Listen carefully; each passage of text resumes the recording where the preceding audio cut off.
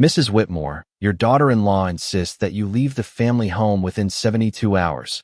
One of the lawyers said to me while I was still standing beside my husband's casket, accepting condolences from people who had loved William for decades.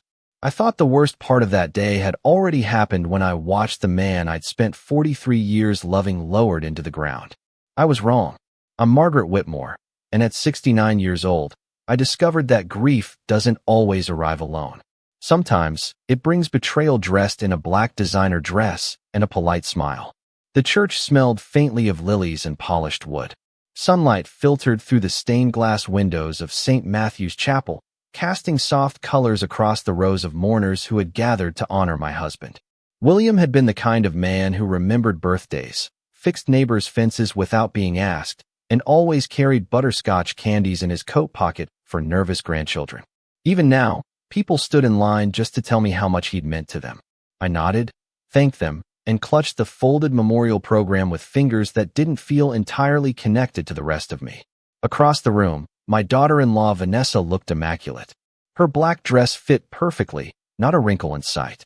She accepted sympathy with graceful nods, occasionally touching Daniel's arm as if reminding him where his loyalty belonged. My son hadn't looked me in the eye all morning. Each time I caught a glimpse of him, he seemed distracted, anxious even. I told myself grief affected everyone differently. I wanted to believe that. Then the two lawyers approached. They introduced themselves quietly, their expressions professional yet uneasy. Michael Reed cleared his throat before speaking. Mrs. Whitmore, we apologize for the timing. Ms. Vanessa Whitmore has requested that we deliver this matter immediately. Requested. Such a harmless word for something capable of splitting a heart already cracked open. He handed me an envelope. My eyes moved across the legal letter while the sounds of whispered condolences and organ music continued around me. Vacate the family. Residence within 72 hours. Surrender all access to business records pending estate review. Refrain from interfering with future proceedings regarding marital assets. For a moment, the words blurred together. I looked up at Michael. There must be some mistake, I said softly. I buried my husband less than an hour ago. He lowered his gaze. I understand, Mrs. Whitmore. I turned instinctively toward Daniel. My son stood 20 feet away near the front pews. His shoulders stiffened when our eyes met. Then, to my astonishment, he looked away. Vanessa approached with measured steps, her expression carefully arranged into something resembling concern. Margaret, she said gently enough that no one nearby would suspect cruelty. This is simply to avoid complications later. It's better to handle these things quickly, as though 43 years of marriage could be folded neatly into a legal file and cleared from the table before dessert. I stared at the woman I had welcomed into our family 15 years earlier. The woman whose bridal veil I'd adjusted before she walked down the aisle. The woman whose favorite lemon bars I learned to bake because Daniel once told me they reminded her of home. She held my gaze without blinking. Behind her, guests continued sharing stories about William's kindness, unaware that my world had shifted beneath my sensible black heels. I folded the papers carefully and slipped them back into the envelope. I didn't cry. I didn't raise my voice. William used to tell me that panic clouds judgment.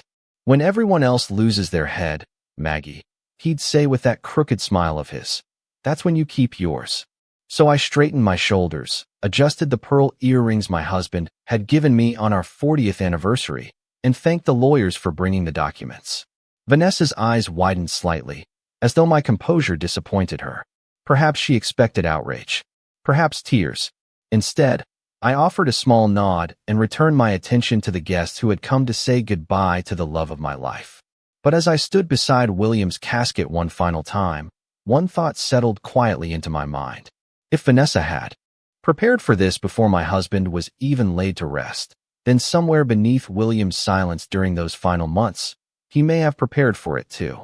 The reception hall slowly emptied as afternoon lights stretched across the church parking lot, turning polished cars into mirrors beneath the pale autumn sun. I remained seated near the back of the fellowship room with a paper cup of coffee that had long gone cold in my hands. People drifted past me in waves, offering hugs, gentle smiles, and stories about William that made my chest tighten with both pride and sorrow. One man remembered how William had stayed late after Little League practices to rake the baseball field so the boys could go home sooner. A woman from our neighborhood recalled how he had shoveled her driveway every winter after her arthritis worsened. Everyone seemed to carry a piece of him, and with each story, I realized just how impossible it felt to imagine a world that continued turning without my husband in it. Daniel stood near the dessert table, thanking guests with the same polite smile he had worn all day. He looked exhausted, older than 41.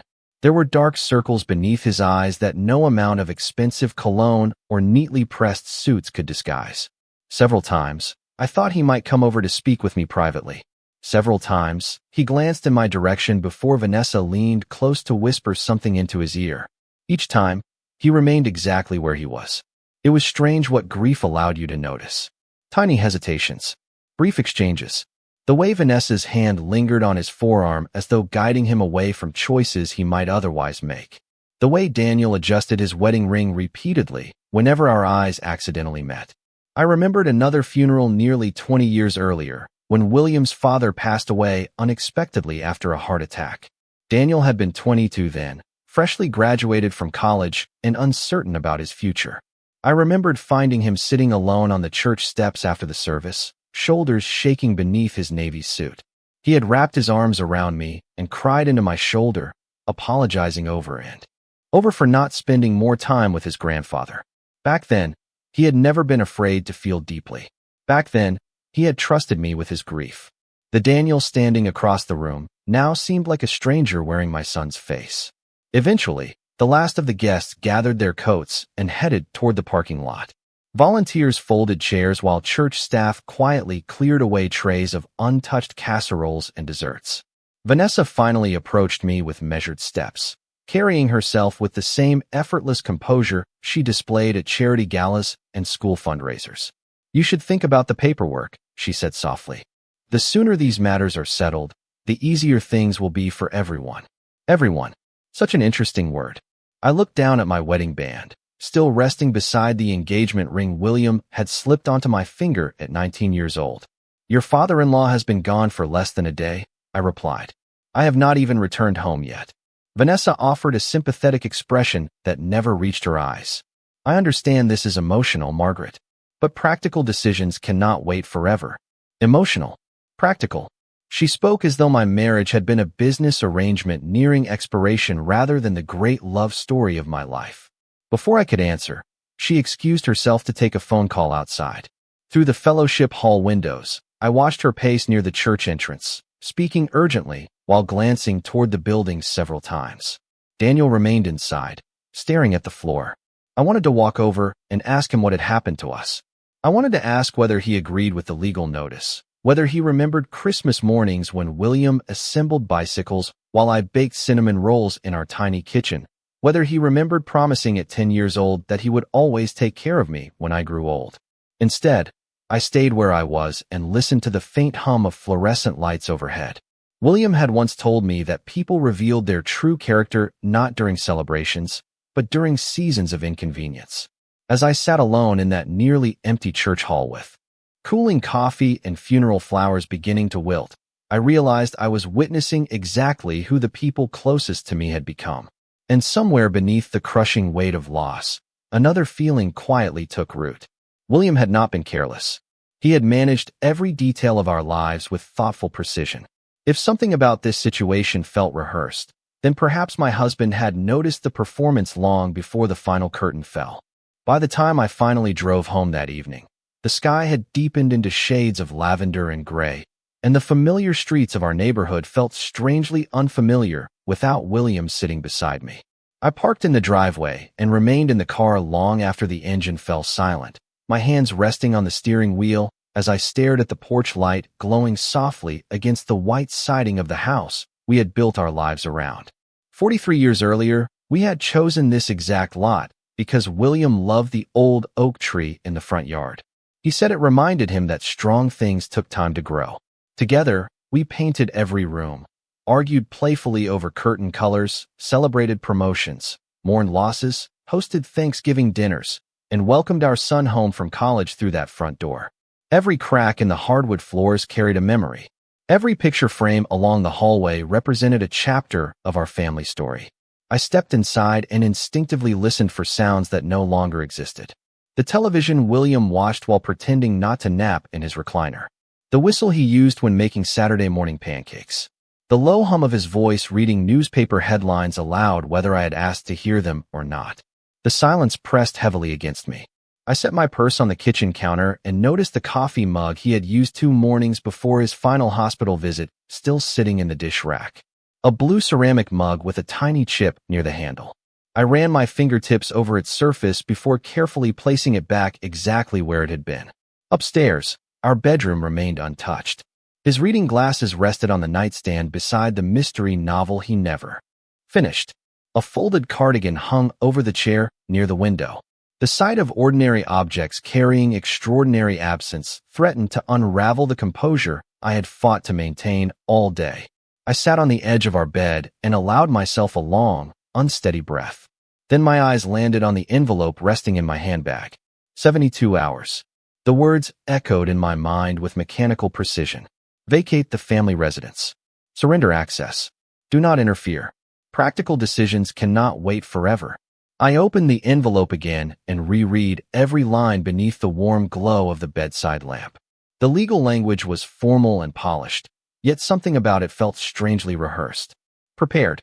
As though today's events had followed a schedule known to everyone except me.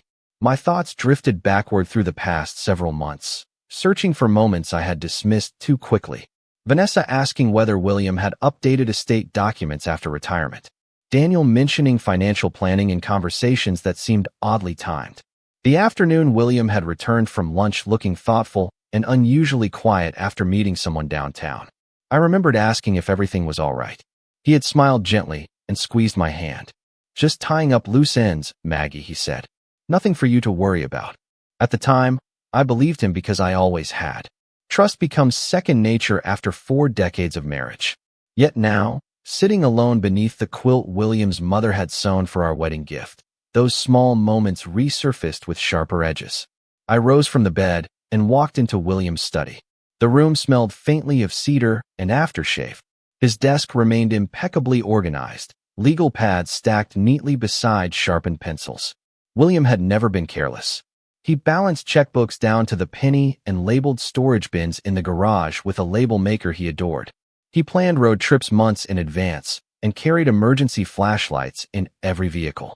Careful preparation was woven into the fabric of who he was. My gaze settled on the framed photograph sitting near his desk lamp. It showed the 2 of us standing on the shore of Lake Michigan during our 40th anniversary trip, wind tangling my silver hair while William laughed beside me. Looking at that photograph, I felt something shift beneath the grief.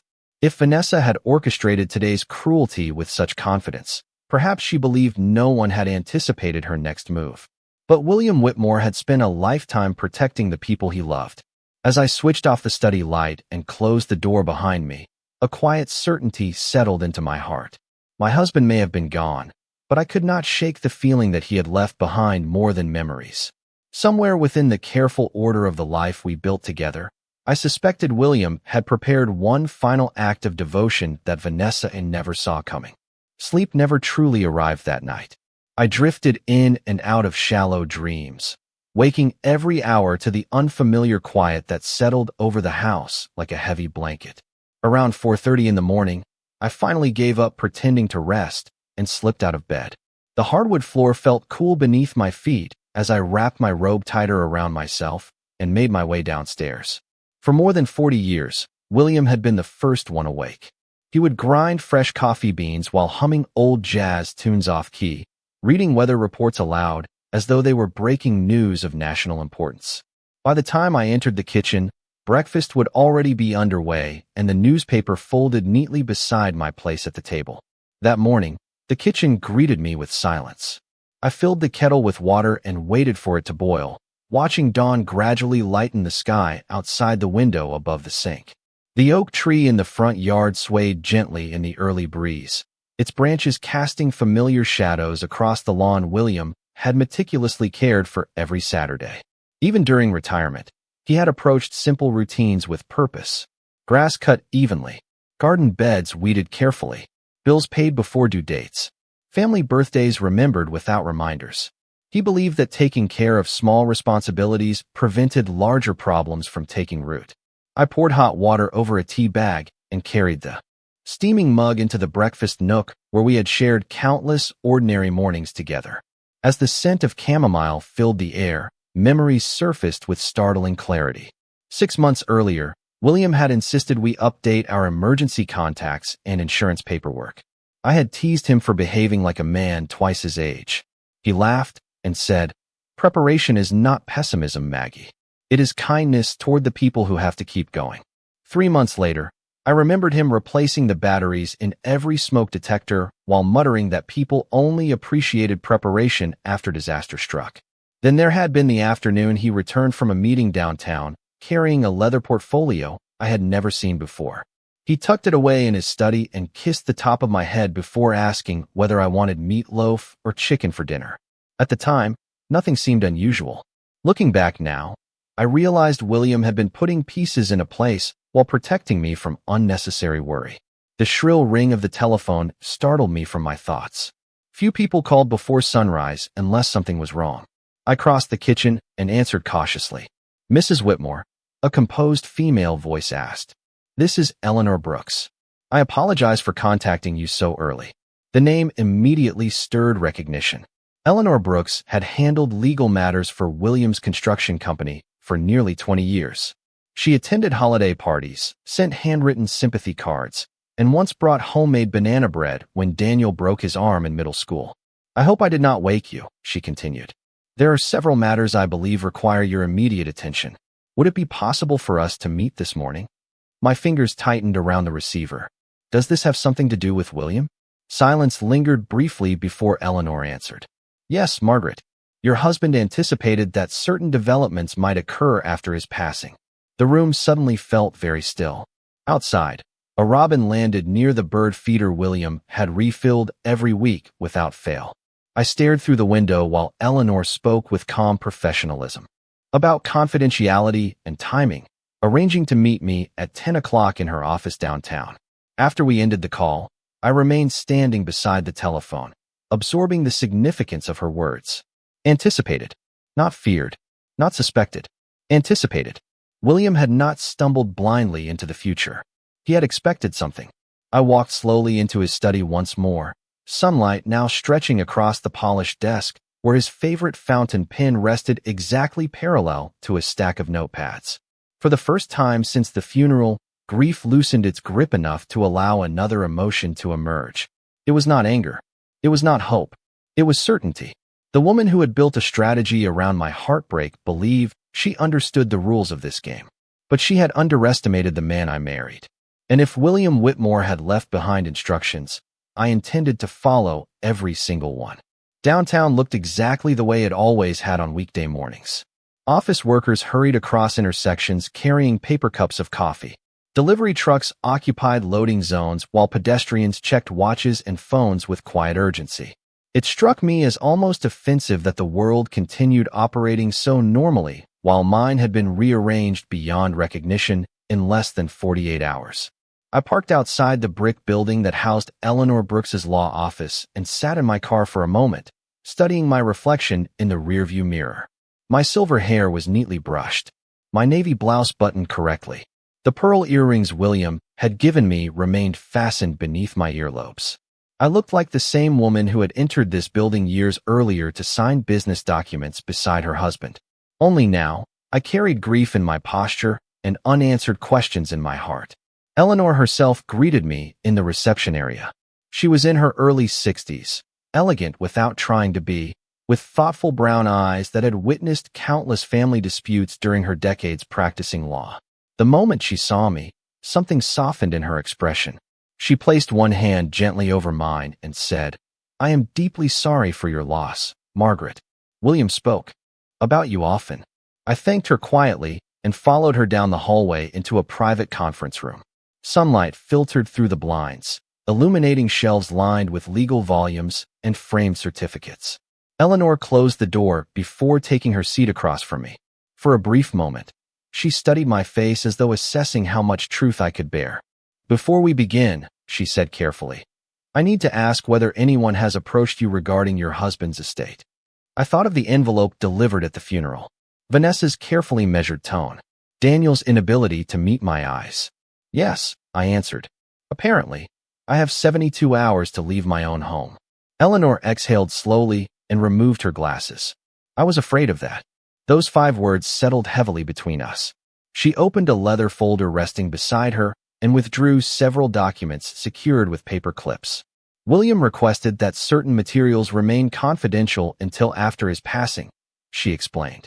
He was very specific regarding the conditions under which I was authorized to share them. Authorized.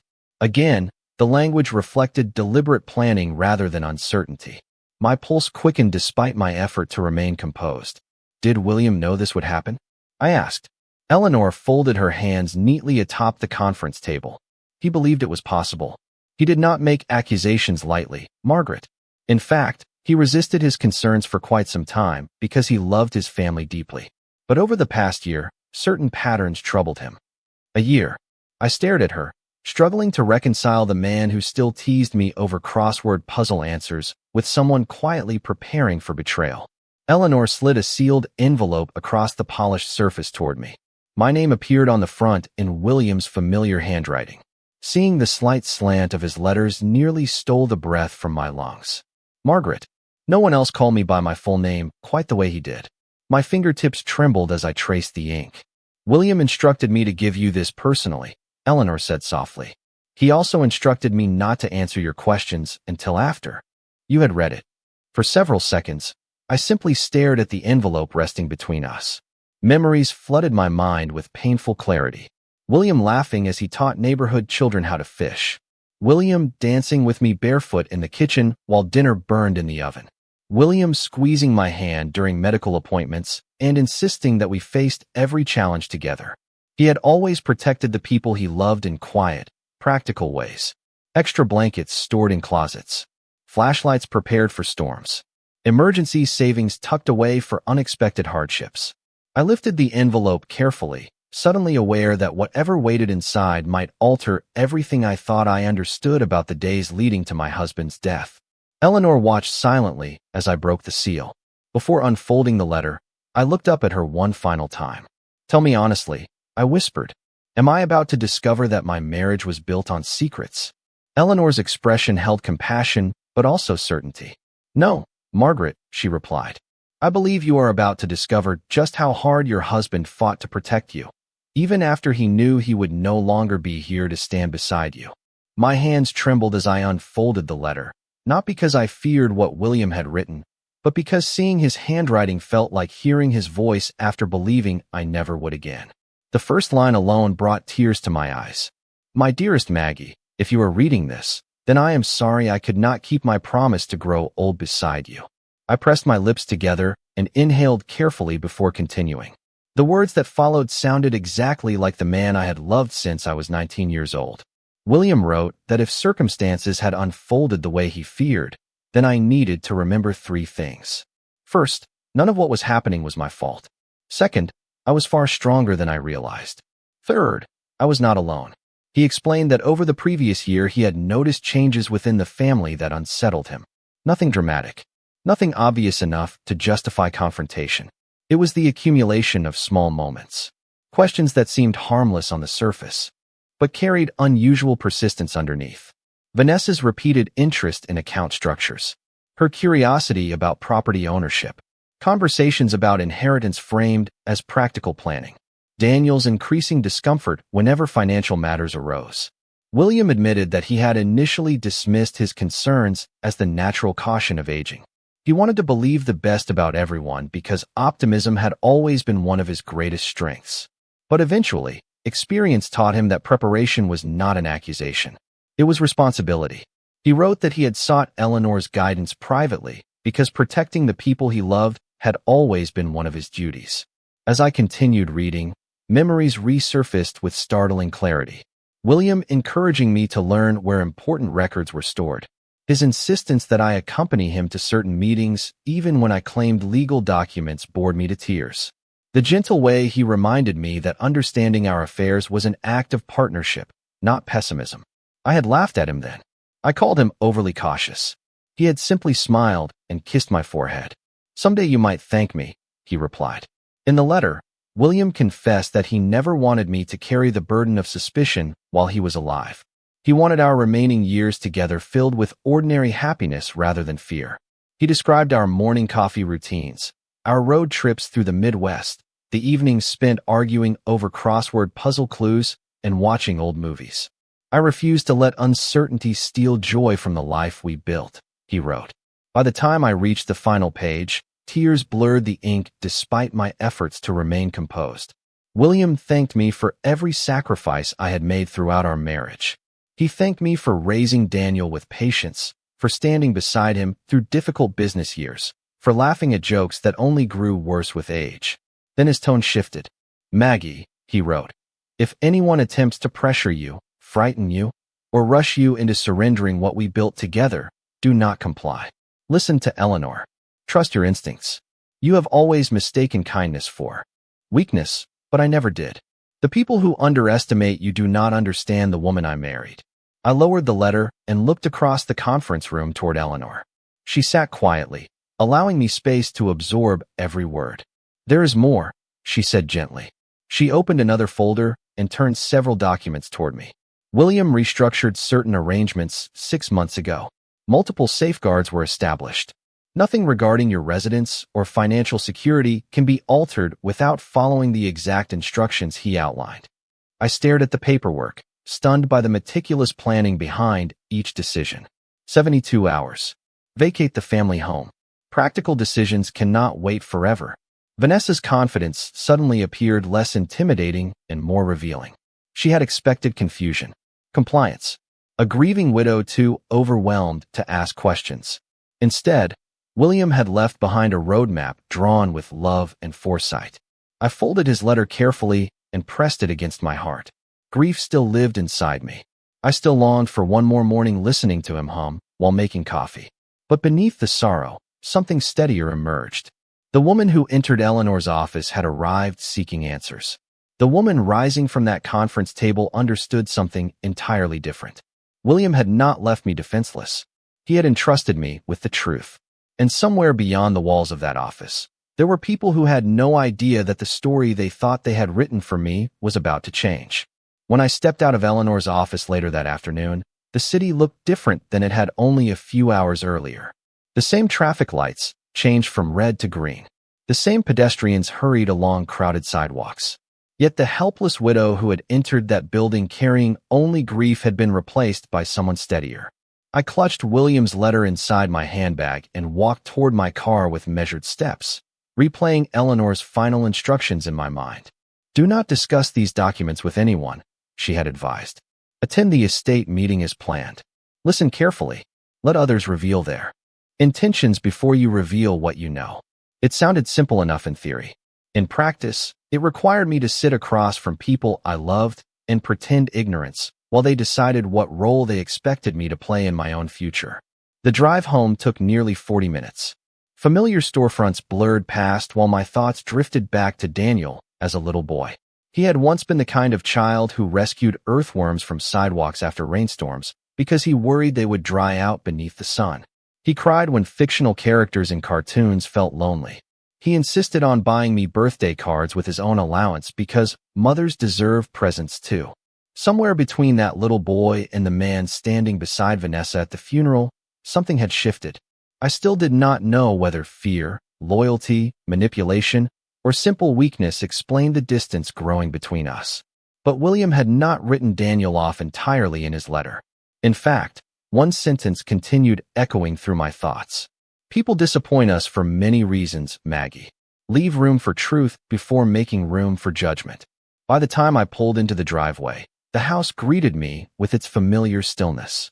I carried grocery bags inside after stopping briefly at the market because routine, however ordinary, felt necessary.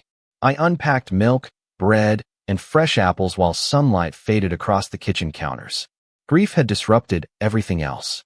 I refused to let it take small acts of normalcy too.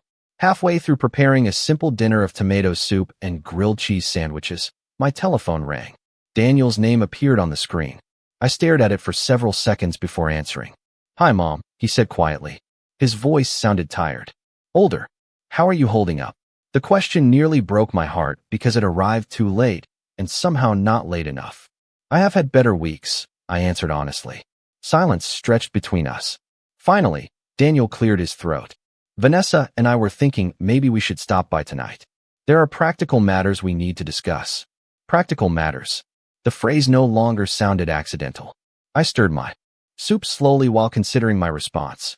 Earlier that morning, I would have agreed immediately, desperate to understand what had happened to my family. Now, William's letter rested safely upstairs, reminding me that not every conversation required immediate transparency. Tonight is not a good evening, I replied gently. I think everyone needs time. Daniel hesitated. Mom, please do not make this more difficult than it has to be. There it was. Not concern, not apology. Pressure wrapped in politeness. I closed my eyes briefly before answering. I buried my husband yesterday, Daniel. I do not believe asking for one quiet evening is unreasonable. He apologized quickly after that, though his words felt rehearsed rather than heartfelt. We ended the call minutes later. I carried my untouched dinner into the living room and sat in William's favorite recliner, gazing at family photographs arranged across the mantel. Smiling vacations, school graduations, Christmas mornings, faces frozen in happier seasons. Eleanor had advised patience. William had urged discernment. And Daniel, whether knowingly or not, had revealed that whatever agenda existed beyond my understanding remained very much in motion. Outside, dusk settled over the neighborhood, while porch lights flickered to life one by one. I folded my hands together and allowed myself a long breath. They believed grief would cloud my judgment. They believed urgency would force compliance. They believed they understood exactly who Margaret Whitmore was. For 43 years, I had been known as the peacemaker, the patient wife, the forgiving mother. But very few people understood what William always had. Kindness and surrender were not the same thing.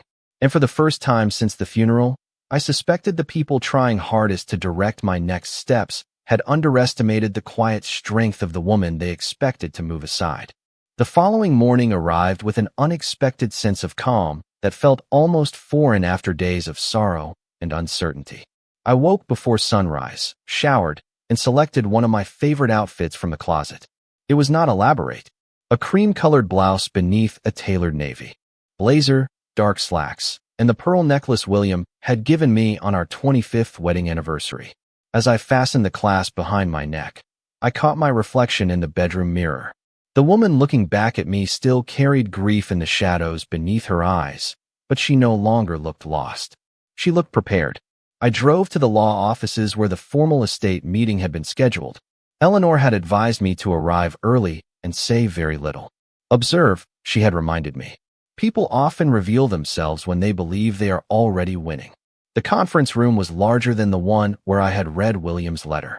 A polished mahogany table occupied the center, surrounded by leather chairs and floor-to-ceiling windows overlooking the city skyline. I was the second person to arrive. Eleanor greeted me with a reassuring nod before organizing folders in front of each designated seat. Remember, she said quietly, there is no urgency except the urgency others attempt to create. A few minutes later, Daniel and Vanessa entered together. Vanessa wore a pale gray designer dress with understated jewelry that projected tasteful restraint. Her smile appeared sympathetic, but there was an unmistakable confidence in the way she carried herself. Daniel looked exhausted. His tie sat slightly crooked, and he avoided direct eye contact as he settled into his chair. "How are you doing, Mom?" he asked softly. It was the first time he had addressed me without an audience since the funeral. "I am taking things 1 hour at a time," I replied. Vanessa folded her hands neatly atop the table. "I know this process has been overwhelming," she said. "But after today, hopefully everyone can move forward." Move forward. As though grief followed a calendar invitation that could simply be accepted or declined. I nodded politely without offering additional comment. The silence seemed to unsettle her more than any argument might have. She exchanged a quick glance with Daniel before reaching into her handbag to retrieve several papers. "Actually," she said with measured confidence, "there are a few logistical concerns that should probably be addressed immediately. The house is large for one person, and maintaining it independently may become difficult." Eleanor remained focused on her notes without interruption. I watched Vanessa continue. Daniel and I have discussed practical solutions that would reduce stress for everyone involved. We are simply trying to help. Help.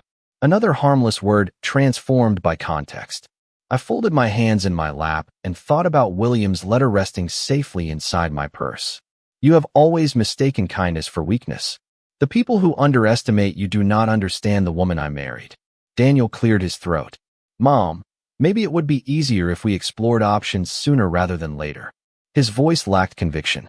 It sounded less like a son speaking from the heart and more like someone reciting lines from a conversation already rehearsed. I studied him carefully. Beneath the anxiety and avoidance, guilt flickered across his face. For the first time, I wondered how many choices in recent days had truly belonged to him. Before anyone could continue, the conference room door opened and Michael Reed entered carrying an additional portfolio. He greeted everyone professionally before taking his seat across from Eleanor. Vanessa relaxed almost immediately upon seeing him. The subtle shift did not escape my notice. She believed reinforcements had arrived. She believed documentation favored her position. She believed I remained a grieving widow from the funeral, too heartbroken to recognize the strategy unfolding around me. I adjusted the sleeve of my blazer and listened carefully as preliminary discussions began. No one in that room knew about William's letter except Eleanor and me. No one knew how meticulously he had prepared. And as Vanessa spoke confidently about transitions, responsibilities, and practical next steps, I noticed something William would have recognized immediately. People who are truly secure rarely rush. People who possess genuine authority rarely insist upon it. Vanessa kept glancing toward the unopened folders at the center of the table, as though anticipating confirmation of a future she had already imagined for herself. She smiled when our eyes met. I returned the gesture politely. Then I settled back into my chair and waited for the meeting to begin in earnest, because patience had become my greatest advantage, and for the first time since losing my husband, I understood that silence could be every bit as powerful as truth revealed too soon. The room fell into a quiet rhythm as folders opened and pages shifted across polished wood. Eleanor reviewed procedural details with steady professionalism, while Michael Reed outlined the standard responsibilities associated with estate administration. Vanessa listened attentively, occasionally nodding as though every development aligned perfectly with expectations she had formed long before arriving that morning. Daniel remained unusually silent. His fingers tapped softly against the armrest of his chair before stilling altogether whenever anyone addressed him directly.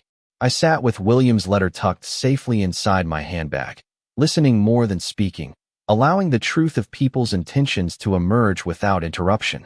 Eventually, Eleanor reached for a sealed document resting separately from the others. The atmosphere in the conference room shifted almost imperceptibly. Even Michael straightened in his seat. There is one final matter Mr. Whitmore instructed us to address personally, Eleanor announced. Vanessa's posture sharpened with interest. Daniel lifted his gaze for the first time in several minutes. Eleanor broke the seal carefully and unfolded several pages. 6 months ago, William Whitmore revised portions of his estate planning documents, she continued. These revisions were made voluntarily and with full legal capacity. Vanessa glanced toward Michael, her confident smile returning as though anticipating confirmation of assumptions she had already accepted as fact. Eleanor adjusted her glasses and continued reading. William's primary residence, all associated property rights, and complete authority regarding future decisions connected to the family home had been placed solely under my direction. No sale, transfer, occupancy change, or restructuring could occur without my explicit written approval. I heard Vanessa inhale sharply. It was not dramatic, barely noticeable to anyone unfamiliar with her carefully managed composure. But I noticed. Daniel blinked several times before looking down at the table. Eleanor proceeded through the remaining provisions. Additional safeguards protected existing accounts designated for my long-term financial security. Independent oversight requirements prevented unilateral action by other interested parties. Most significantly, William included a personal statement explaining his reasoning. Eleanor paused before reading aloud. I have spent my entire adult life building a home with my wife. Margaret's kindness has enriched every person fortunate enough to know her. Should circumstances arise in which grief clouds judgment or outside pressure attempts to override her well-being, let it be clearly understood that my first responsibility remains her protection. Decisions concerning our shared legacy belong in the hands of the woman who helped create it. The silence that followed felt profound. Outside the conference room windows, traffic moved through the city as though nothing extraordinary had occurred. Inside, decades of assumptions quietly rearranged themselves. Vanessa recovered first. "I am certain there must be some misunderstanding," she said carefully. No one questioned Margaret's importance. We were only trying to help manage practical realities. Practical realities. I had heard those words often enough to recognize how flexible they became depending upon circumstance. Eleanor met her gaze calmly. "The documentation is comprehensive and legally enforceable." Michael reviewed the paperwork before giving a small, reluctant nod of agreement. Vanessa's attention shifted toward Daniel. For the first time since William's funeral, uncertainty disrupted the polished confidence she had worn so effortlessly. Daniel looked exhausted, older somehow. He finally turned toward me, his expression carrying something I had not seen in days. "Shame, Mom," he began quietly before stopping altogether. The little boy who once rescued earthworms after rainstorms suddenly seemed much closer than the distant man from recent weeks. I folded my hands atop the table and regarded my son with steady compassion. William had warned me against confusing discernment with bitterness. Leave room for truth before making room for judgment. I did not know every conversation that had occurred before the funeral. I did not know the full extent of choices made in fear, ambition, or weakness. But I knew this much. The frightened widow standing beside her husband's casket had believed everything familiar was slipping away. She had underestimated herself just as others had underestimated her. I rose slowly from my chair and gathered my belongings. "I appreciate everyone's concern," I said evenly. "However, I believe I will take some time before making any decisions about my future." No one argued. No one rushed to object. William's final act had not been revenge. It had been clarity. As I walked toward the conference room door carrying grief, gratitude, and the quiet strength my husband had always seen within me, I understood that love sometimes endures not through grand declarations, but through careful preparation for storms we hope never arrive. And for the first time since losing William, I no longer feared what came next, because the people who had expected me to surrender had finally discovered the truth my husband knew all along. Margaret Whitmore had never been someone who needed rescuing. She had simply needed to remember who she was.